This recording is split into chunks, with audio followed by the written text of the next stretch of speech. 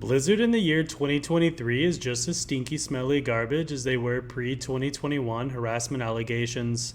And this stinky, smelly garbage is leaking into D4. I hope you've got your age-like-milk comments ready, because this video is a very hot take. You see, Paladin, Crusader, Templar, call it whatever you want.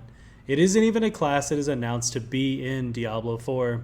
But this isn't the first time we've seen this same scam from Blizzard. D3 taught us that Blizzard will withhold assumed content to ensure you spill out your hard-earned pesos for it later. To Blizzard, you're the number at the end of the quarter, and a Holy Warrior not being in from the beginning just signals we're up to the same scam for D4.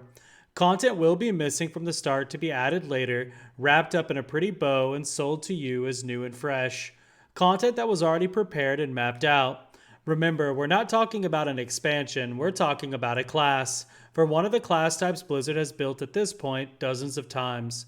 Just think of how many paladins you've played alongside throughout all the worlds built by them.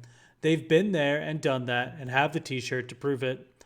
Let's look back at where withholding content became the norm for this franchise, Diablo 3.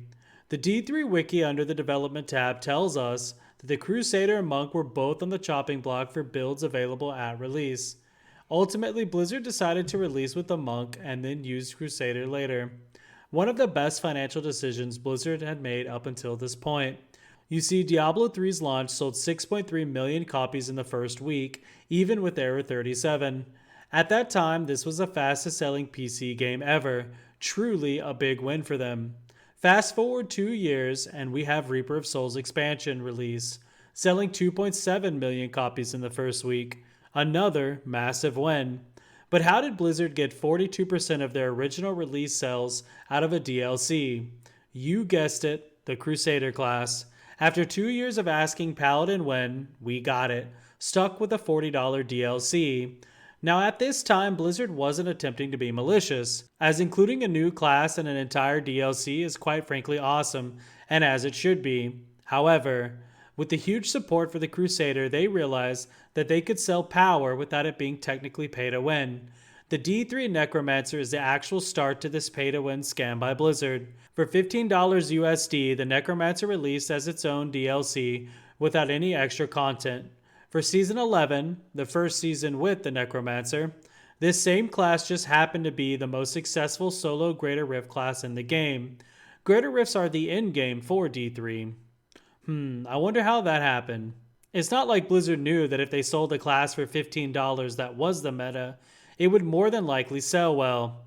In fact, Necromancer was such the solo GR meta that it is the only class to complete a GR 120 during that season, with the Wizard falling way behind at only a GR 113 in second place.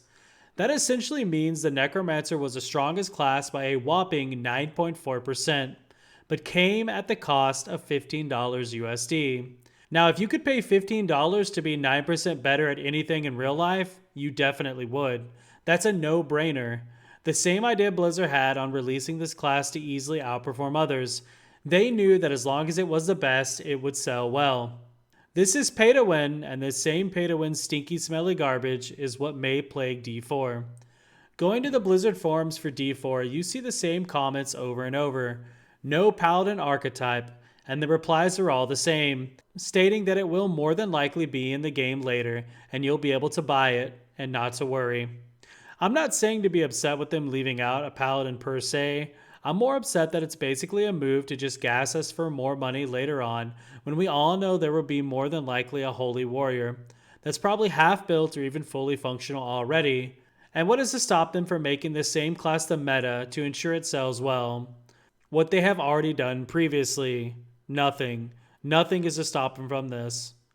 Obviously, the last bit of this is speculation, but I can comfortably say that Activision is a fairly predictable company, and when we take into consideration D4 is competing against Diablo Immortal for profitability, it will need to generate quite a lot to stay relevant for the company. The more I research for this video, the more I think D4 will be seemingly non-pay to win, but ultimately could be. So what do you all think? Will Diablo 4 get a Paladin later to buy, and will it also be the meta on release? Or do you even think this is okay, since the game is a live service? Personally, I'm more annoyed at being served at Activision's board of directors dinner party with my wallet on their platters, and they know they've got me since I'll certainly swipe my card to be that holy warrior who saves Sanctuary once more in D4. Thanks for watching, and I've got more D4 content to come soon. Like and sub up.